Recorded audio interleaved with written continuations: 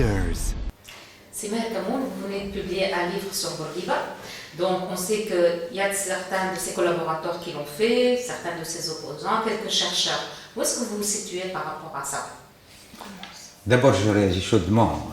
On ne collabore pas avec Bourguiba, on travaille sous ses ordres. Ensuite, je ne suis pas venu ici pour parler de moi-même, mon humble personne par rapport au grand Bourguiba. En fait, je ne suis ni parmi ces ministres ou ceux qui ont collaboré directement, qui ont travaillé directement avec lui, ni parmi ses opposants, ni même parmi les journalistes ou les chercheurs universitaires. Je suis un simple citoyen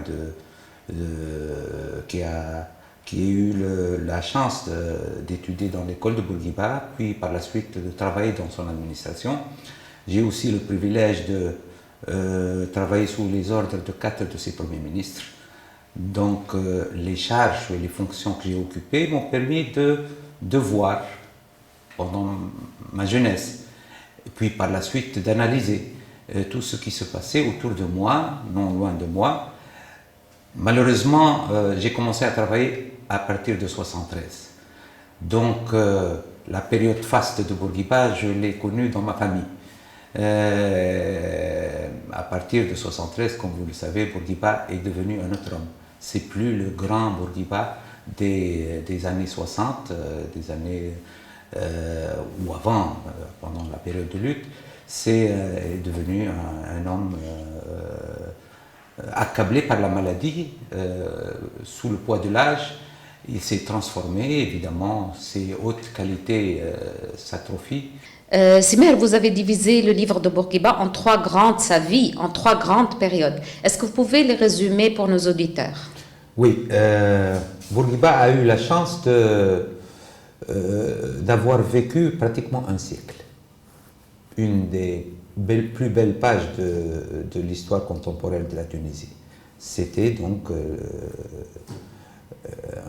un siècle faste par rapport à ce qu'elle a vécu comme humiliation, comme privation. La vie de Bourguiba se divise en 3 grandes étapes. Et chacune de ces étapes a duré pratiquement 3 décennies. Il y a eu la première décennie, donc depuis sa naissance jusqu'à la fin des années, jusqu'au début des années 30. C'était la période où Bourguiba est né, donc il a grandi, il a fait ses études, il a commencé à militer, il avait beaucoup de sensibilité pendant cette période. Il a été arraché de sa famille très jeune, il a été orphelin de sa mère à l'âge de 10 ans, de son père à l'âge de 23, 24 ans. Donc c'est quelqu'un qui a donc pendant cette période souffert, mais à titre personnel. Il s'est fait connaître, commence à se faire connaître sur la scène. Il a fait ses premières armes donc, du combat. C'est ça la première période. La seconde période, c'était la plus difficile, les 3 décennies d'après, donc les années 30, 40 et 50. Ces 3 décennies, c'est les décennies de la lutte pour la libération du pays. C'était la période la plus difficile pour Bourguiba parce qu'il y a connu l'exil, il y a connu l'incarcération, la prison, toutes sortes de privations. Il y était tenace, courageux. Jamais il ne s'est soumis. D'autres l'ont fait. Il avait une clairvoyance extraordinaire. C'était pratiquement le seul, je dirais, qui, pendant la grande victoire de l'Axe, qui était en Tunisie et qui, évidemment, avait pris la place des Français qui tabassaient pratiquement tous les jours les Tunisiens, lui, il a dit non, il ne faut pas aller avec les forces de l'Axe, ils vont perdre la guerre. Personne n'y pensait. Enfin, de toute façon, Bourguiba a su lutter avec beaucoup de ténacité et finalement, il a eu gain de cause puisque le pays s'est libéré. La troisième période, les 3 décennies d'après, c'est les décennies du pouvoir. Donc Bourguiba a pris le pouvoir, il il a été nommé Premier ministre d'abord du Bey, puis, comme vous le savez, le 25 juillet 1957, il est devenu président de la République. Cette période, ces 3 décennies, on peut les diviser en 2 étapes. Une première étape de 10 ans, où Bourguiba était fantastique. C'était le grand Bourguiba. C'était le porteur de projets, un projet civilisateur multidimensionnel. Il a fait énormément de choses pour la Tunisie. Il a fait les grandes réformes dont les traces persistent jusqu'à aujourd'hui. C'est lui qui a unifié le système de l'éducation, qui a rendu l'école gratuite, publique, ouverte aux jeunes garçons ainsi qu'aux jeunes filles. Il a introduit la mixité dans les écoles. C'est lui qui a fait promulguer le code du statut personnel, un code révolutionnaire. Révolutionnaire et beau. Le seul pays qui se distingue parmi les pays arabo-musulmans, c'est la Tunisie, avec ce code qui a donné à la femme pratiquement tous les droits de l'homme. Le jabr a été abrogé, la polygamie a été interdite et même érigée en infraction, etc. Ça, c'est les premières 10 années de la dernière période.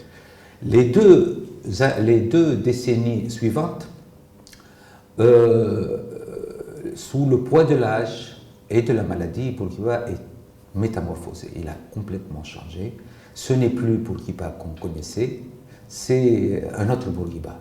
Donc évidemment, ses qualités se sont atrophiées avec l'âge et sous le poids de la maladie, et ses défauts se sont apparus au grand jour. Pendant cette période, moi je dirais, si un peu de poésie, Bourguiba était en noir et blanc. C'est quoi en noir et blanc? Quelquefois, il paraissait d'une splendeur, d'une luminosité qui nous rappelle Bourguiba d'antan. Et quelquefois, il est dans une profonde et déconcertante noirceur. Dans la mesure où pénombre, si on veut être plus équitable. D'où le titre de votre livre. D'où le titre, justement, Ombre et Lumière. Ombre et Lumière, je l'ai choisi pour cela. Et malheureusement, moi, j'ai vécu dans l'administration cette période où le pouvoir vacillait, où le régime s'écroulait, où Bourguiba imposait une politique qui n'est pas la sienne, et puis il n'assume pas cette politique. Justement, à ce propos, vous parlez d'erreurs non assumées. Qu'est-ce que vous avez voulu dire par cela? Moi, je vais vous donner juste 2 exemples pour cela. Le premier exemple, c'est l'échec de la politique de collectivisation de Ben Salah. Bourguiba, pendant des années, il a dit que c'est ma politique. Il l'a cautionné à plus qu'à 100%. Il a dit que c'est la sienne.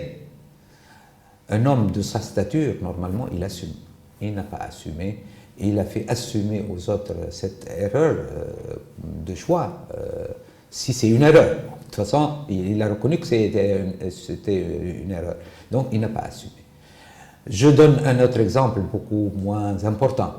C'était Bourguiba qui avait décidé sous une pression évidemment, qui avait décidé d'augmenter, de doubler le prix de la baguette. Et c'était lui-même qui a dit que c'est une erreur de mon gouvernement. Et il a fait machine arrière pour qu'il soit aux yeux de l'opinion comme celui qui rétablit la vérité, quoi. Bon. Donc il peut prendre des décisions bonnes ou pas bonnes, mais en cas de déboire, c'est pas lui qui assume. C'est ça ce que je voulais dire. Justement, en décrivant Bourguiba avec ses qualités, mais aussi probablement ses défauts, ne pensez-vous pas que vous avez été un peu dur?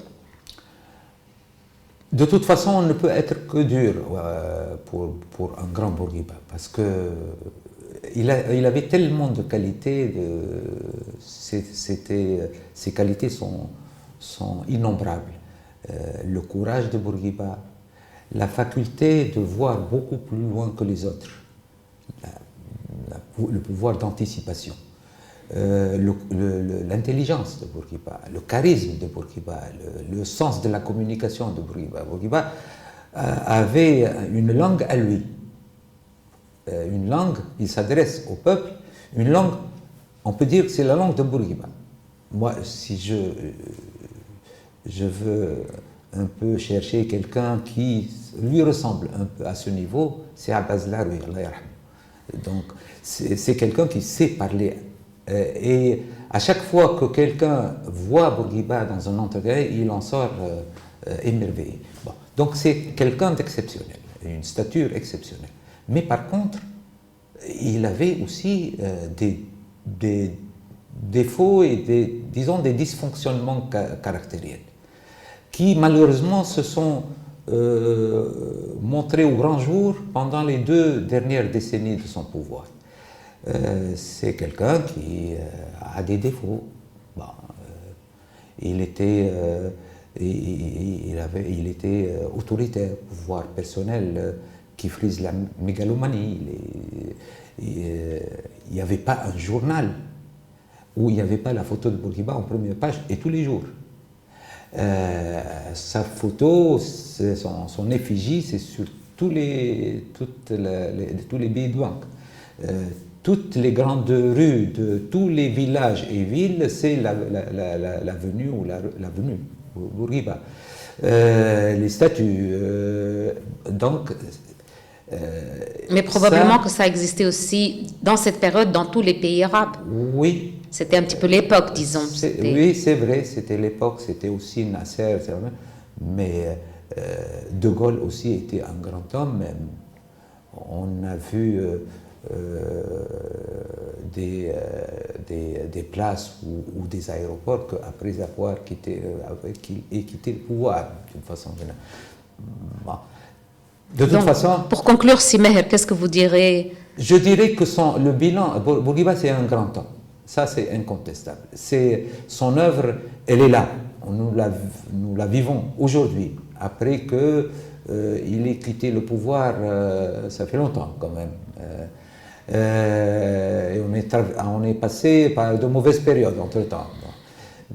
Mais les traces de Bourguiba existent aujourd'hui. Donc c'est un grand homme, un homme exceptionnel. Le malheur, c'est qu'il le dit, lui, il y croit beaucoup. Ses rapports sont relativement difficiles avec les autres. Même les autres qui sont très proches, son fils, par exemple, ses ex-premiers ministres. Une fois remerciés, il n'hésite pas à leur faire du tort. Donc, il a des défauts caractériels clairs. Je ne les cite pas, ce n'est pas le moment de les citer, mais le bilan global de Bourguiba est incontestablement positif. C'est ce que je dirais. Simeher Kamoun, je vous remercie énormément. Merci.